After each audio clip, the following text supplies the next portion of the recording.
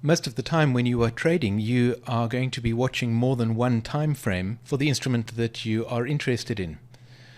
You know that with your Hurst Cycles indicator, you can of course switch time frames on your chart. So we were looking at a 1 minute chart, now that's a 5 minute chart, and here's a 15-minute chart. But much of the time you're going to be wanting to watch those time frames simultaneously. You're going to want to have those charts up on your multiple screens. That is really easy to do with your Hurst Cycles indicator, so we will simply create a new chart for the euro to US dollar, and I will apply the template with my Hurst Cycles on it. And there we have our Hurst Cycles analysis on our 1 hour chart. You will notice the label at the top left tells us that the analysis has been loaded.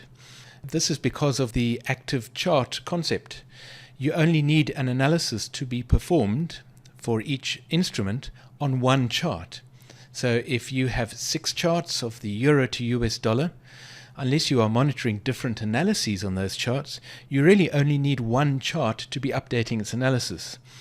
And so that chart is the active chart. The active chart is always the shortest time frame chart because it has the greatest detail of information. I'm going to pause the video for a moment and load up some more charts. There we go. I've created charts for the 1 minute time frame, 5 minutes, 15 minutes, 30 minutes, 1 hour, 4 hour, and daily. They're all charts, of course, of the euro to US dollar, and they're all working with the same analysis. And only one of those charts is actually doing any analysis work. In this way, we minimize the impact of the Hurst Cycles indicator on your processing power.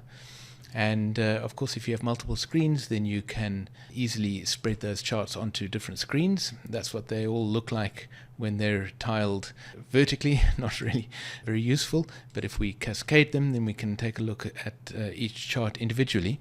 The daily chart, as you can see, tells us that the analysis has been loaded, as does the 4 hour chart. It's been loaded, the 1 hour chart, the 30-minute chart, 15-minute, 5-minute, and finally the 1 minute chart tells us that the analysis has been updated. That's because the 1 minute chart is our active chart. So the analysis is actually happening on the 1 minute chart. Now you don't have to worry about which chart is the active chart. You can open charts, close charts. You could close your active chart and the Hurst Cycles indicator will adapt.